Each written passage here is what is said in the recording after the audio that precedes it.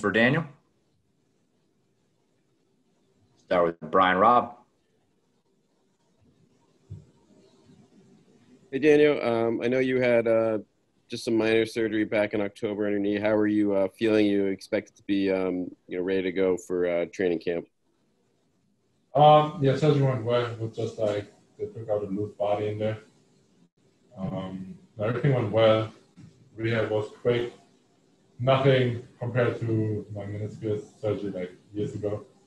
But everything is fine. I got no limitation. I got no restriction on the court. So can't wait for Friday when we finally start practice as a team. And just, going back to the loose body, was that bothering you much during the postseason run there? Or is it just something that, you kind of checked in on after the season? Less than basketball. It was more like everyday stuff. So when I walked and basically straighten my leg 100%, that's when it bothered me the most. So I had been no issues on the court, running, jumping and stuff. So it was more like everyday stuff. And because the rehab and the surgery was so quick, I was able to just wait after the season and get it done even though the preseason now. The gap is small and short. I was able to just fix it and get it out. Bobby Manning. Hey, Daniel. Good afternoon. How did the short offseason impact the development you guys would normally try to do to add to your game over the offseason? I know you had the 4 months before the bubble where there was a lot of lockdown, but then there's that month now pretty much between when you guys were last playing and now. How do you try to add to your game in such a short time? First of all, after the season, just to get away a little bit from basketball for me, like I said, was rehab after the knee surgery quick. But then you gotta use the time wisely. In the gym as much as possible.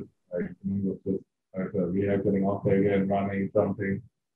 Just work on ball handling and shooting. So everybody's needs are different. Also, probably depends how the volume was in the playoffs, like minute wise, how long you're going to take off after. But I think everybody on our team got back in the gym quick, working that game. So videos out there, when I see the guys back here working out, like they're just all ready to go. And like I said, for me, it was just like doing a lot of ball handling, doing a lot of lifting, getting stronger in a way, and a lot of reps and shooting the three, more consistent with making them shots.